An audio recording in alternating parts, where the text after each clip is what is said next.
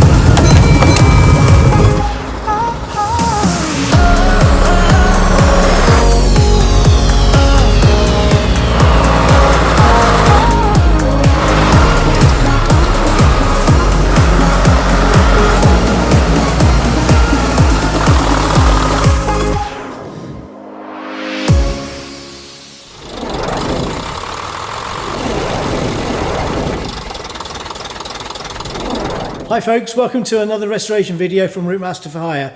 Today we've got a bit of an easy job to do on RM1214. We're going to change the rear shocks. Now it should be an easy job. There's a bolt at the bottom and a bolt at the top, and then they should come out. And the reason why we're changing them is the bus is a bit bouncy. Have a look at this.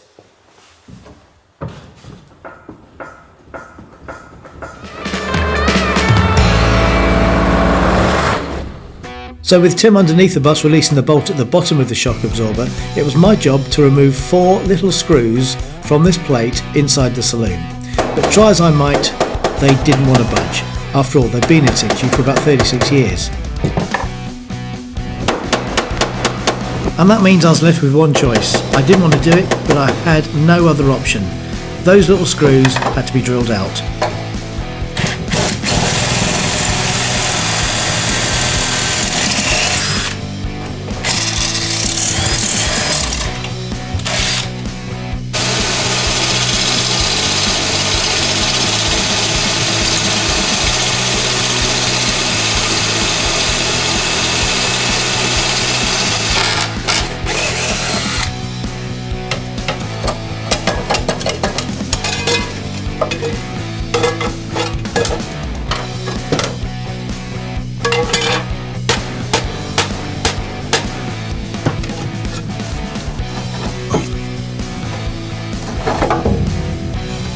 And there we have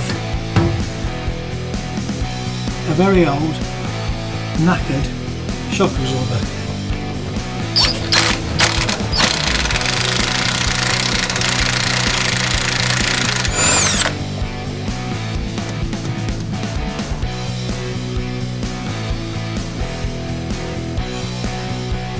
Now the last time this bus was in Aldenham was in 1984, so I think they are original Aldenham shock absorbers. They've been on the bus since 1984. Right, so here we have then a brand new shock absorber ready to go in. And now here goes the offside shock.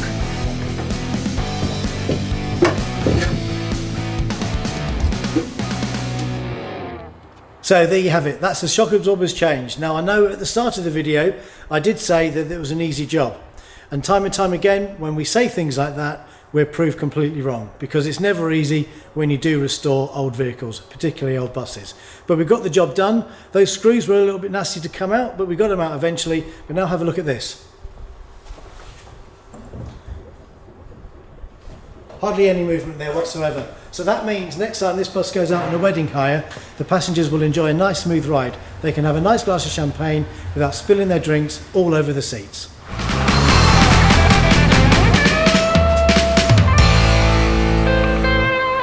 So there you have it, the end of another video. Thank you so much for watching.